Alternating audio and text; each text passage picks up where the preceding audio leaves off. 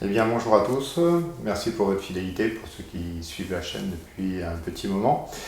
Bien écoutez, aujourd'hui, je voulais aborder quelque chose un peu qui m'exaspère en France et donc du coup en faire aussi un peu partager avec les gens, on va dire, et pour ceux donc qui me suivent et qui veulent changer leur vie et qui ont les moyens aussi de changer leur vie, de partir éventuellement, comme nous, on est parti s'installer en Thaïlande, et bien voilà, de voir un peu quand même ce qui me paraît aberrant en France, ça me saute aux yeux de plus en plus et tous les jours. Donc c'est vrai que je vais vous révéler pourquoi il y a cette indisponibilité française. Donc ceux qui veulent partir, il y a des petits tuyaux sur la chaîne qui vous permettent de partir, de faire l'expatriation, plus particulièrement en Thaïlande. Et puis c'est vrai que si on part en Thaïlande, c'est bien de s'unir aussi avec une Thaïlandaise, ou aussi la mode des pays de l'Est. Il y a beaucoup de gens, là j'ai un ami là, qui est parti, enfin une connaissance plutôt, qui est parti, je crois, en tout ce qui est pays baltes aussi, c'est pas mal, paraît-il. Voilà, quitte à s'expatrier aussi, c'est pas mal si vous êtes célibataire d'avoir une compagne là-bas, vous verrez, je pense que vous ne serez pas déçus, que ce soit pays asiatique ou pays de l'Est, voire Afrique aussi. Il y a des gens qui vont au Sénégal ou qui vont au Maroc. Donc voilà, nous on fait, comme je rappelle, je suis dirigeant d'un concept Aller trouver l'amour ailleurs. Et donc on fait sur mon site, vous trouverez le lien dessous, on peut trouver sa compagne sur ces 3 continents. Voilà, donc pour revenir à ce qui m'exaspère en France, ça fait quasiment maintenant 4 mois qu'on est ici, c'est le manque de disponibilité des gens et on a vraiment l'impression d'être très déconsidéré ici pour tout. Donc je vais aller plus loin aujourd'hui, parce que ça fait quand même plusieurs fois que je en parle, mais là je vais aller plus loin, je vais analyser pourquoi, mais je vais vous citer les faits. Aujourd'hui, vous êtes en France, vous habitez en France j'imagine, et donc vous pouvez voir que tout est complet. Donc tout le monde est très très occupé, vous allez chez le roi Merlin, et bien vous courez après le vendeur, qui gère 2-3 rayons et il y a 4 personnes devant vous, donc 4 fois 10 minutes d'attente, vous en avez pour 40 minutes à chaque fois. Vous allez au coiffeur, faut qu'on ait rendez-vous aussi parce que c'est long. Vous avez une mécanique à faire, d'un mécanique à faire sur votre voiture, tout le monde est indisponible. Vous voulez faire garder votre gamin, c'est dur aussi, il n'y a pas de place. Vous voulez faire un peu de bricolage ou faire des choses à votre domicile, il n'y a aucun artisan disponible, la clim, les maçons, etc. Donc déjà, c'est très agaçant. On a l'impression en tant que client de pimer.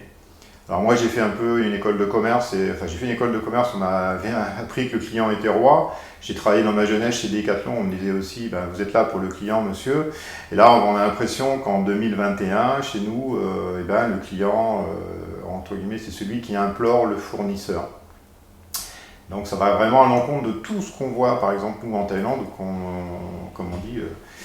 The customer is king, donc quand vous arrivez là-bas, tout est très disponible et c'est si agréable. Administration, je vous dis, commerçants, artisans, garder les enfants, l'école. Vous voyez, dernièrement, on a mis ma fille sur un centre aéré, elle est revenue criblée de moustiques, la peau criblée de moustiques, on lui fait même pas la coiffure. Enfin, on voit qu'il y a et un je m'en foutisme, j'ai l'impression, et un vrai manque de personnel.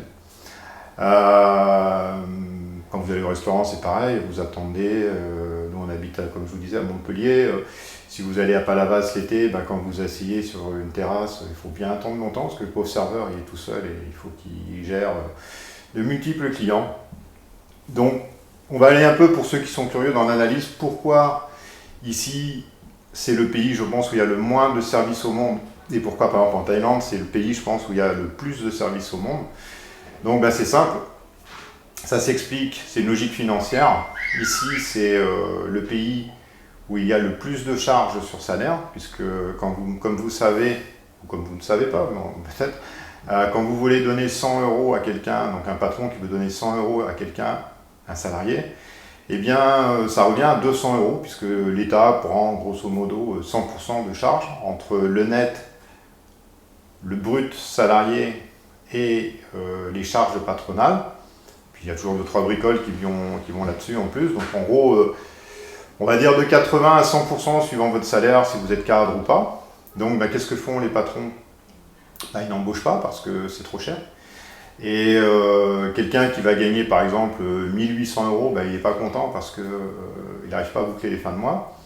Et le patron, lui, par contre, qui se dit ce quelqu'un me revient à 3600 €, donc il faut qu'il donne le meilleur de soi pour que j'arrive, entre guillemets, à l'amortir. Donc on a deux mécontents, hein, comme parfois dans des mariages, vous savez, le monsieur et la dame ne sont pas contentes. Donc on arrive à des situations comme ça un peu ubuesques. Plus, parce qu'on rajoute toujours des complications à la française, comme vous savez, quand vous prenez quelqu'un en CDI en tant que patron, c'est quasiment l'équivalent d'un contrat de mariage. Donc on a encore plus de réticence à embaucher les gens, ça coûte cher. Et en plus, passer la période d'essai, c'est très difficile de s'en défaire. Donc la personne a fait bonne figure pendant la période d'essai, puis après, à moins vraiment qu'elle vous fasse des conneries incroyables, eh ben, on ne peut pas, entre guillemets, s'en séparer. Plus des règles incroyables, quand vous embauchez, eh bien, il faut, en CDD par exemple, il faut un motif, surcroît de travail, remplacement d'un salarié ou je ne sais plus quoi. Enfin, j'essaie d'oublier toutes ces bêtises, mais voilà. Donc, il y a très peu de flexibilité, on va dire, du côté patron. On va dire, emprisonné dans des règles incroyables. Ce qui fait qu'en fait, c'est pas comme ça devrait être. Vous voyez, je sais pas, vous avez une période, vous savez que pendant les 8 prochains jours, vous allez avoir du boulot, vous embauchez, vous défaisez vite, sans être enseveli d'1 million de papiers, sans que le comptable vous dise fournissez quasiment une prise de sang des futurs salariés pour voir s'ils sont bien conformes à la réglementation.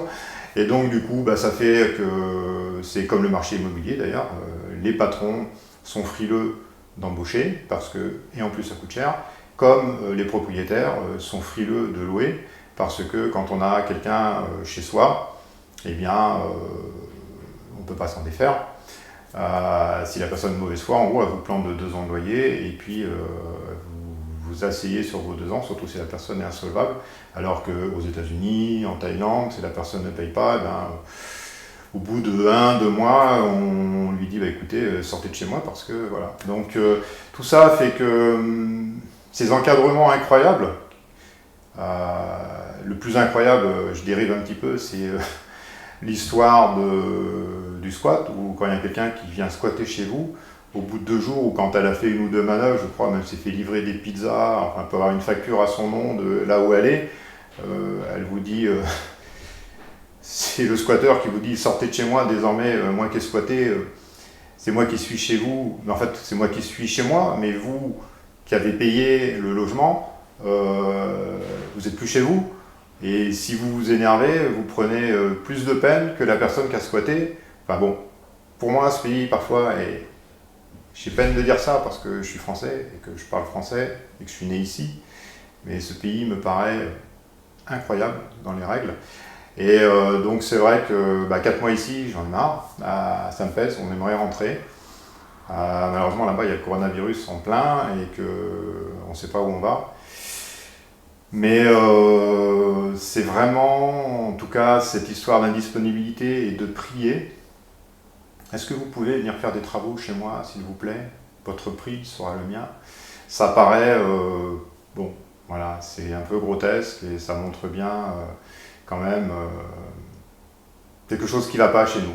Voilà. Donc c'est un peu mon coup de gueule d'aujourd'hui parce que je l'ai encore vécu sur 2 sujets, voilà, donc du coup ça me remémore quotidiennement cette histoire-là où on se dit, de toute façon, on n'est pas grand-chose ici et croyez-moi, même avec de l'argent, je connais des gens qui ont de l'argent, vous savez, quand vous avez de l'argent, vous dites pas j'arrive, les vendeurs de Leroy Merlin, ils sont tous pour moi parce que les personnes qui attendent, elles attendent devant vous, voilà. Et puis, pour beaucoup de choses, pareil, quand vous cherchez des artisans, vous n'aimez pas payer 2 fois le prix non plus pour qu'ils viennent 2 fois plus vite. Donc, vous attendez, comme tout le monde, pareil au restaurant, et foultitude de choses. Voilà.